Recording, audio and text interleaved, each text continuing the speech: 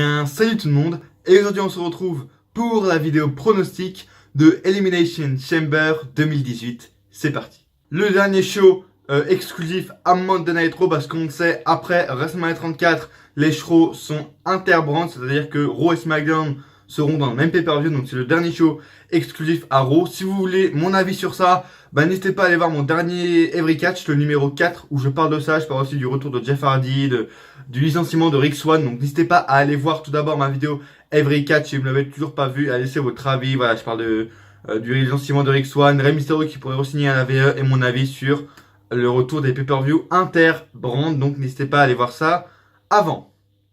Merci de me rejoindre sur cette vidéo. N'hésitez pas à laisser un pouce bleu si évidemment vous aimez ce que vous voyez, à vous abonner et à activer la petite cloche. Je sais que ça marche pas pour tout le monde, mais activer la petite cloche c'est important. Ça peut peut-être marcher pour vous pour recevoir toutes les notifications de mes nouvelles vidéos. Je fais d'abord une dédicace à Vico Wrestling 21. Je viens de tourner une vidéo avec lui il y a peut-être 30 minutes à peu près.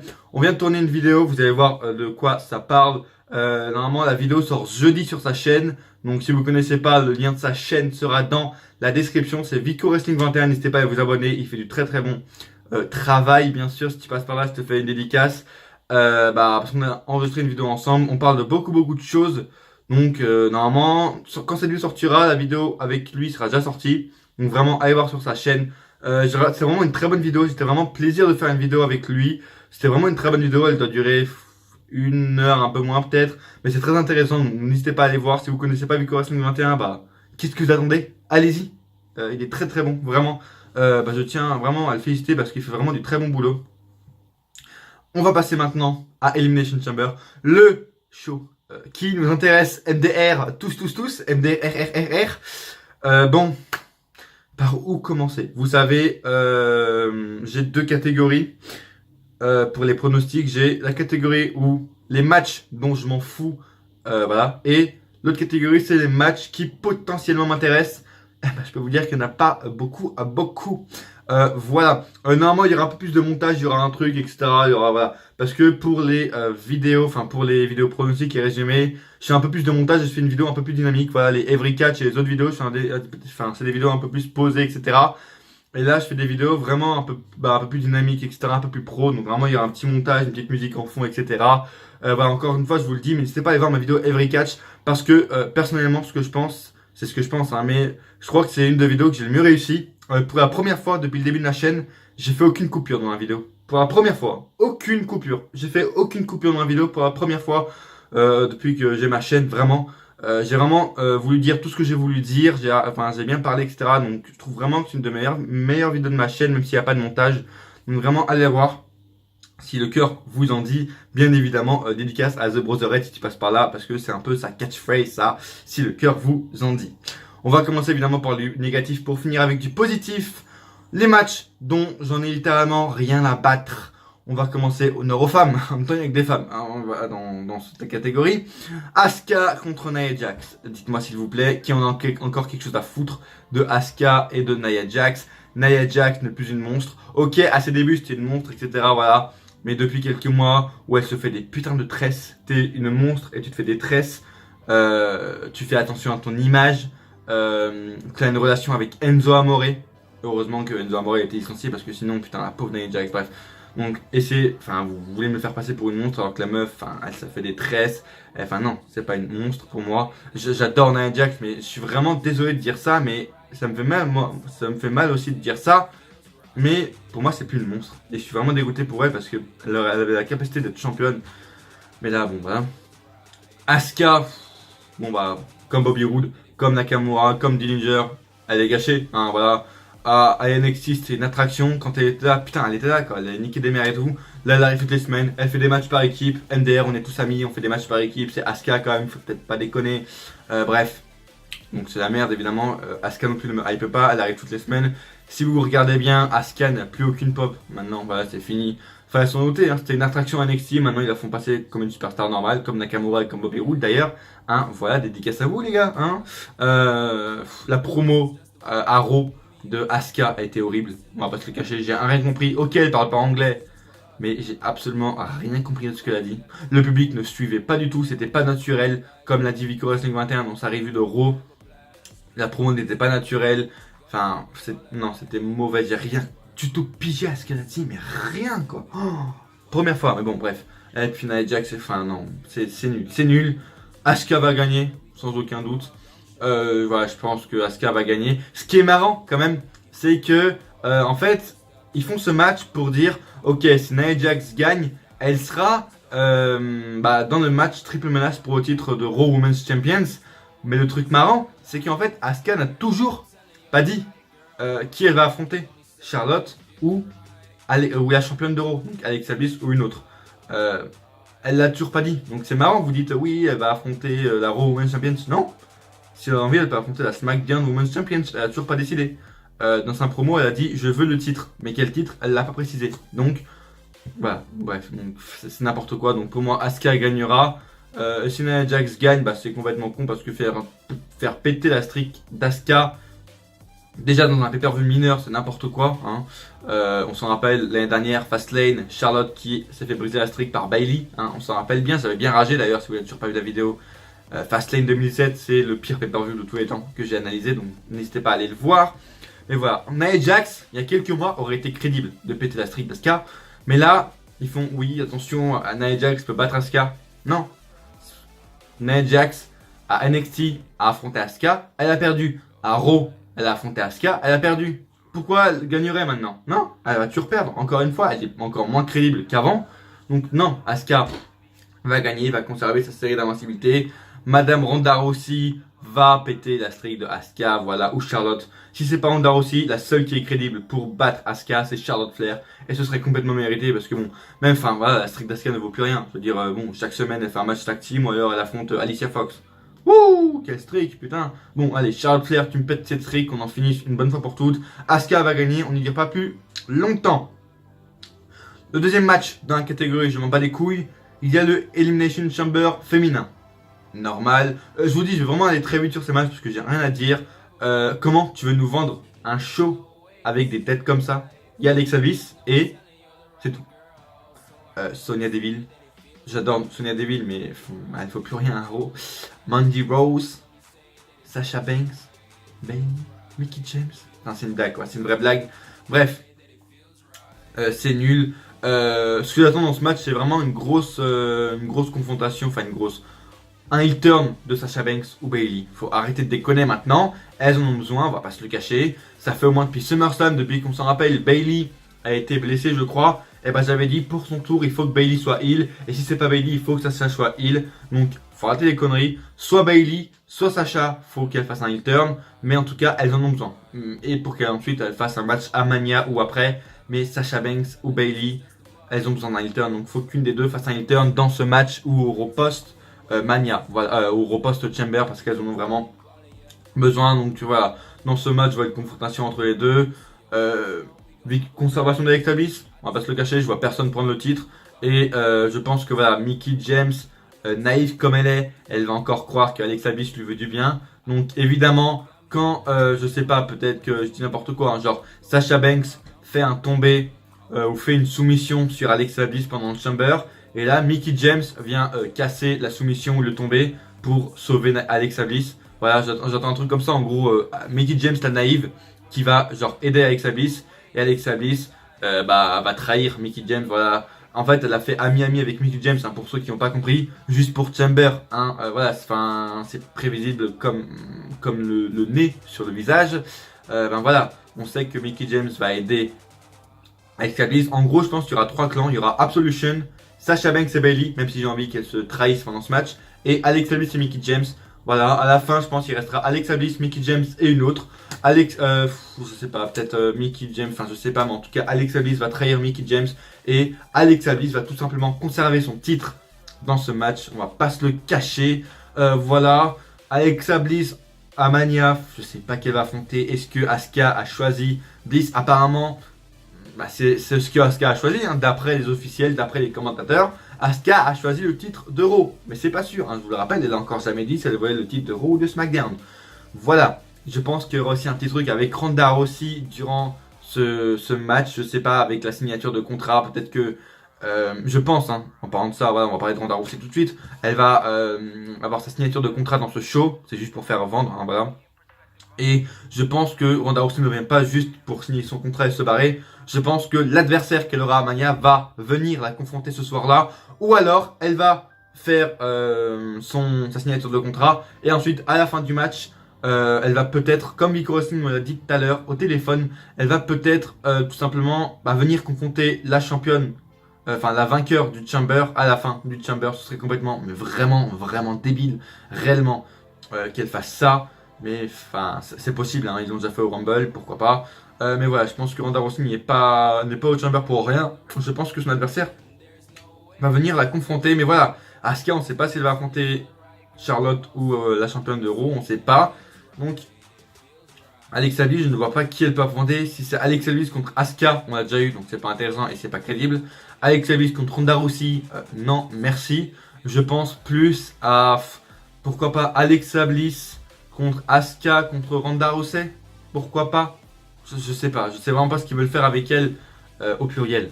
Avec elle au pluriel à Mania, je sais vraiment pas du tout. Mais bref, pour en finir avec ce match, je vois Alexa Bliss conserver, évidemment. Et voilà, encore la logique dans cette rivalité. Alexa Bliss qui dit que Kurt Angle est sexiste parce que elle doit défendre son titre dans le Chamber alors que Brock Lesnar ne le fait pas. Mais enfin, meuf, t'as pas défendu ton titre depuis octobre 2017.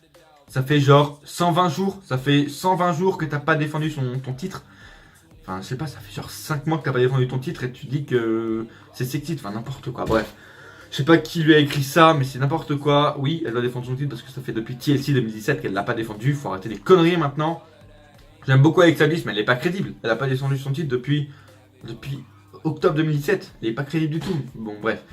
Voilà, encore une fois, un autre point négatif dans ses bookings. Mais voilà, Alexa Bliss va conserver pour moi le titre, tout simplement, dans ce match.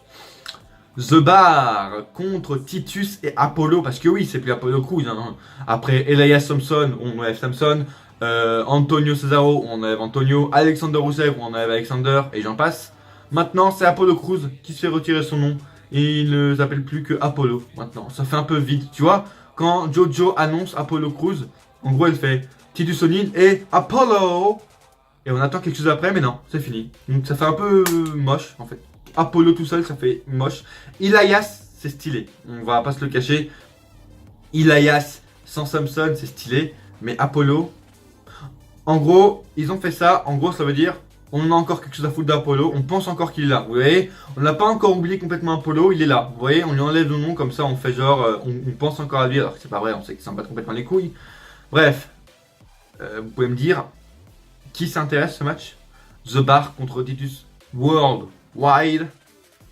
On l'a eu genre déjà 5 fois à Raw. Pendant 5 fois, Titus et Apollo ont gagné.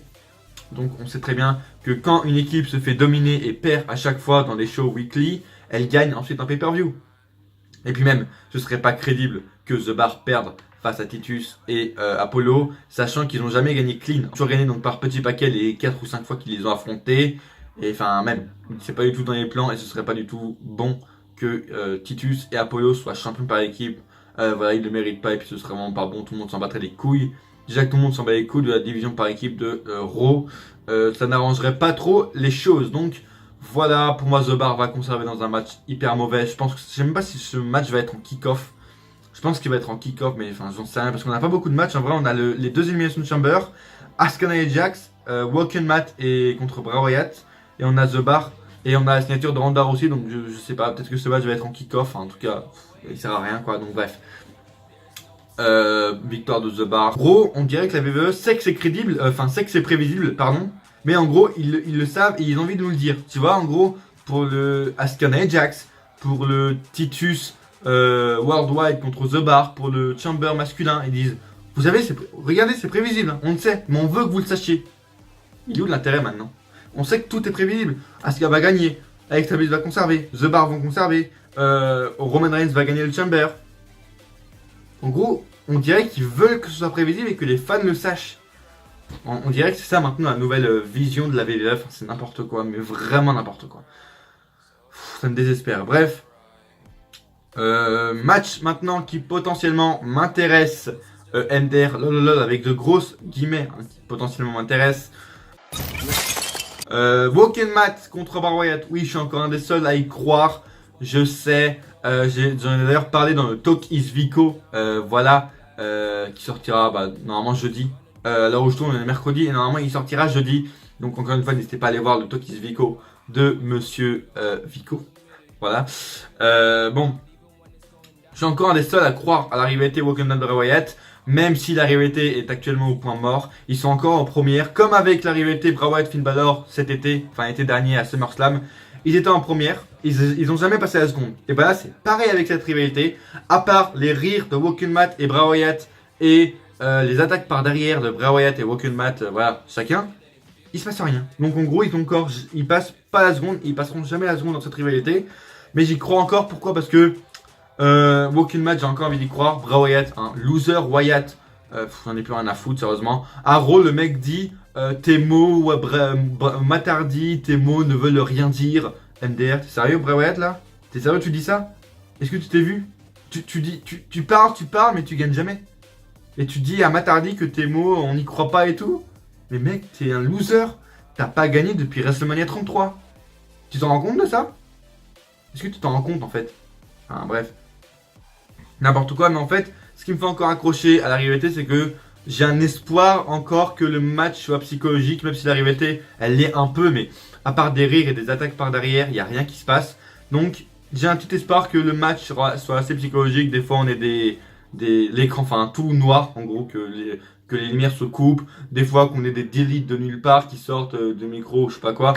En gros, que la rivalité soit assez psychologique entre les deux, enfin, que le match soit assez psychologique. Et cette rivalité, je pense, c'est pour ça que j'y crois encore, je pense qu'elle va amener au retour de Jeff Hardy, soit au Chamber même, soit au Raw Post Chamber. On sait, il est apte à monter sur le ring, voilà, il est bon. Donc pour moi, et comme j'ai dit dans mon abrégage numéro 4, d'ailleurs, si vous l'avez toujours pas vu, j'avais parlé du retour de Jeff Hardy. Bref, donc pour moi, cette rivalité va amener au retour de Jeff Hardy. Et à partir de là, on aura donc le retour de Queen Rebecca, Vanguard One, Senior Benjamin. Je pense que à partir du retour de Jeff Hardy, voilà, tout le monde va revenir et voilà. Enfin, même si ça va être booké par Vince, donc ça va être mauvais, on sait, ça va pas être aussi bon qu'à TNA. Mais bref, en tout cas, on aura ça. Donc voilà, je pense que c'est pour ça que j'y crois encore, parce que je pense que le match peut être encore assez psychologique et que ça peut amener au retour de Brother Nero ou Jeff Hardy. Mais pour moi, ça va être Brother Nero. Je pense qu'il va revenir en Brother Nero. Voilà, donc pour moi, ce sera une victoire de Woken ou Broken Matt Hardy. Et le dernier match du show et qui potentiellement m'intéresse, l'Elimination Chamber masculin. Pourquoi il m'intéresse? On sait tous que Roman Reigns va gagner, mais peut-être pas. Vous voulez que je vous dise pourquoi? Eh ben je vous le dis après la pub. Non, je rigole, c'est une blague. On est sur le tube, il n'y a pas de pub évidemment. Bref. Pour moi, Roman Reigns n'est pas obligatoirement obligé de gagner. Ça se dit pas, mais bref, vous m'avez compris. Pour moi, il y a une autre option pour ramener Roman Reigns à Mania. Et cette option pourrait créer une nouvelle rivalité. Je vous explique tout. John Cena peut gagner le Rumble. Je vous explique, même si ce serait complètement con parce que là, Reigns, ils l'ont pas décrédibilisé, mais au Gauntlet Match à Raw. D'ailleurs, le Gauntlet Match, j'en parle dans le Talk is Vico aussi. Voilà, donc n'hésitez pas à aller le voir sur la chaîne de Vico Wrestling 21. Qu'est-ce de quoi je parlais? Oui. Dans le Gauntlet Match, on a Roman Reigns qui se fait éliminer en premier par un petit paquet en 10 minutes par Rollins, etc. Donc, on se dit, ok, le dépouche. Donc, les mecs qui perdent à chaque fois au Show Weekly, ils gagnent ensuite un pay-per-view. J'ai déjà dit juste avant pour le match The Bar contre Titus Worldwide. Mais là, je pense qu'on va faire autrement. En gros, Roman Reigns va rester dans les derniers, hein, dans les deux derniers dans le Chamber. Je pense, et voilà, c'est prévisible, il va rester dans les deux derniers. Et il restera Cena. Et pour moi, John Cena décrochera la victoire. Alors c'est pas Cena qui va éliminer Reigns parce que voilà, Reigns a battu Cena à No Mercy, on s'en rappelle, et il a encore battu en live event, donc voilà. Et on sait qu'ils veulent pas décrédibiliser Monsieur Reigns, donc ce sera pas Cena. Je pense que ce sera un mec comme Braun Strowman qui éliminera Reigns, ou alors ils se mettront en plusieurs ou quoi. Mais pour moi, Cena gagnera le Chamber, tout simplement, et ensuite, soit directement après le show, si le match est en main event. Donc soit directement après le match ou au post-mania, on aura une intervention de Monsieur Undertaker. Voilà, parce qu'on sait tous qui veut faire le match. Moi, je suis pas trop pour, mais on sait que la VVE a envie de ce match, ils le veulent. Voilà, en plus l'Undertaker s'est fait opérer enfin, donc il est peut-être en meilleure forme physique pour combattre MDR. Bref, donc pour moi, Cena gagne le Chamber. Pour moi, c'est mon avis, je mise sur John Cena. Et ensuite, donc, juste soit après le match du Chamber ou au post Mania, au post Chamber, je vais y arriver. On aura donc une intervention de Taker qui désigne Cena comme son adversaire à Mania. C'est lui qui choisit. Et d'ailleurs, je crois que ce sera la première fois une des premières fois que Cena choisira son adversaire à Mania, je crois, parce que voilà, 26, enfin voilà, je crois que c'était toujours cet adversaire qui choisissait l'Undertaker, et là je crois que ce sera une des premières fois où c'est Taker qui choisira son adversaire pour Mania, mais voilà, en gros, ce match amènera à la rivalité Taker-Cena. Voilà, Taker dit je veux un dernier match et je le veux contre toi, tout le monde dit que tu peux me battre alors que c'est même pas vrai, etc. Vous voyez le délire. Et donc ensuite Cena dit non, parce que j'ai mon match face à Lesnar, je veux pas te combattre, je m'en fous de toi, etc. T'es un papy, etc. Comme il avait dit il y a quelques mois, Taker est un papy, donc voilà, il va lui dire ça. Et là, qui va se ramener donc, au Post Chamber? Roman Reigns. Voilà, Roman Reigns va dire oh écoute, je suis un des derniers sur le ring, je mérite vraiment ma place, j'étais le favori, voilà, bref, il va dire tout ça, etc. Et ensuite, peut-être qu'il y a une ou deux autres superstars du Chamber, les derniers qui vont arriver, etc. Les derniers qui sont restés au Chamber vont peut-être arriver aussi pour confronter Cena. Et là, qu'est-ce qu'il va pas nous annoncer, Stephanie McMahon? Qu'est-ce qu'il va pas nous annoncer? Elle va nous annoncer je sais pas combien ils vont être, soit un contrat s'il n'y a que Roman Reigns, ou soit un match à plusieurs, voilà, comme je vous l'ai dit, s'il y a plusieurs superstars qui viennent confronter Cena. Et en gros, les superstars vont dire ouais, si tu veux pas son match, moi je le prends. Et là, Stephanie McMahon ou Kurt Angle, ils vont annoncer ok, donc ce soir ou la semaine d'après, c'est comme ils veulent, et on va faire un match. Voilà, un contre un ou Fatal 4-Way, ou enfin, comment ils sont, voilà, avec Cena. Cena va remettre sa place au main event en jeu. Et celui qui gagnera aura officiellement sa place dans le main event. Donc si Cena perd, il perd sa place pour le titre universel face à Cena. Voilà, face à Lesnar. Voilà, donc en gros, c'est ça. Donc Cena remettra son titre,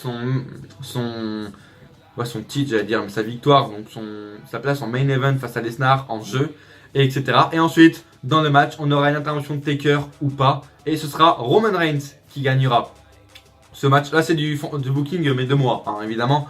Donc là, c'est Roman Reigns qui gagnera ce match, soit en 1 contre 1 ou voilà, en Fatal 4-Way, comme je vous l'ai dit.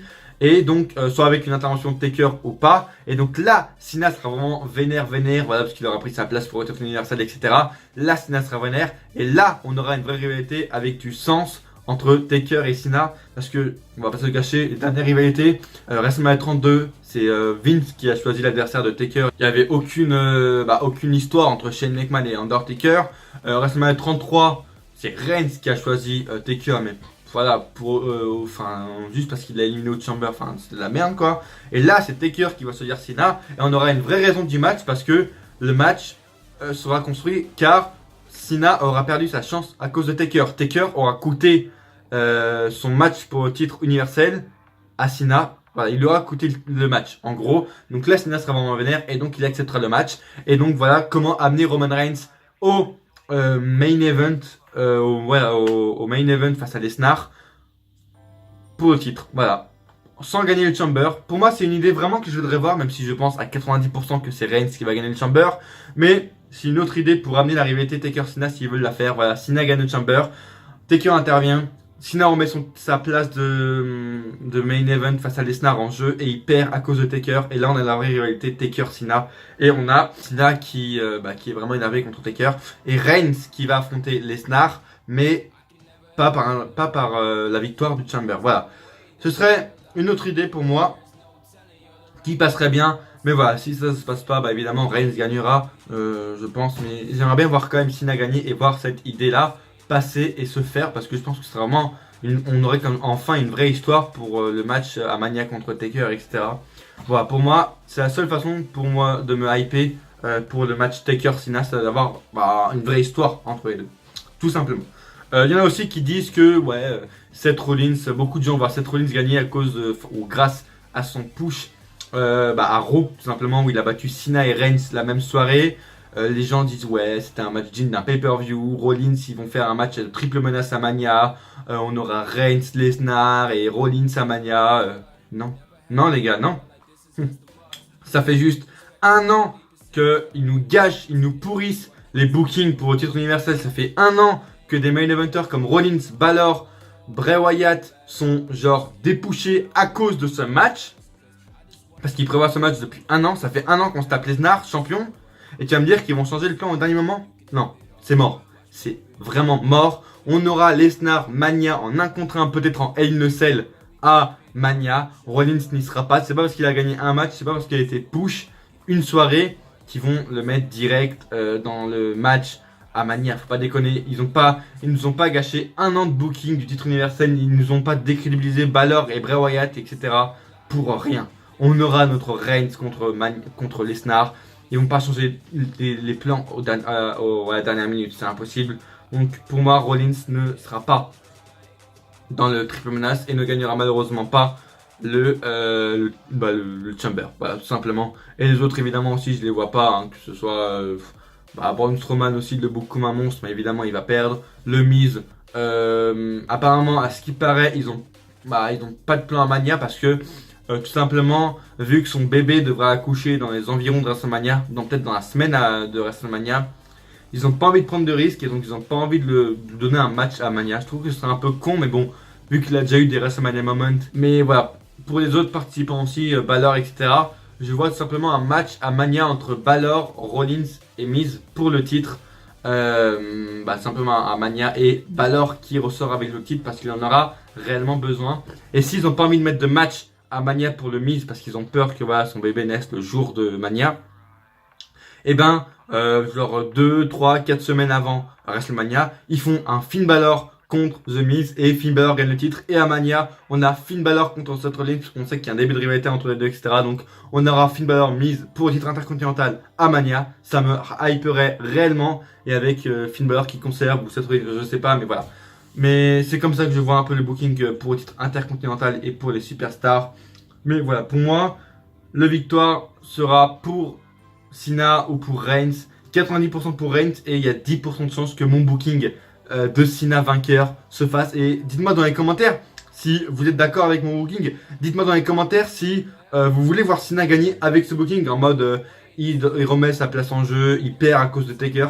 Dites-moi dans les commentaires si j'ai une bonne idée. Dites-moi dans les commentaires si vous voulez voir Reigns gagner. Dites-moi tout dans les commentaires car je vous le rappelle, votre avis m'intéresse.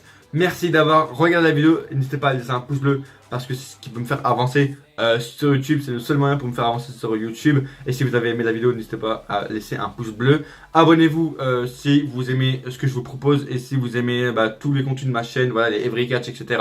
N'hésitez pas à laisser un commentaire sur votre avis, sur vos pronostics pour Elimination Chamber, car je vous rappelle, votre avis m'intéresse. Quels sont les matchs dont vous vous battez les couilles? Quels sont les matchs qui potentiellement vous intéressent? Dites-moi tout dans les commentaires, votre avis m'intéresse. Je vous le rappelle, je veux une communauté sur ma chaîne. On commence enfin à la voir, je suis vraiment content.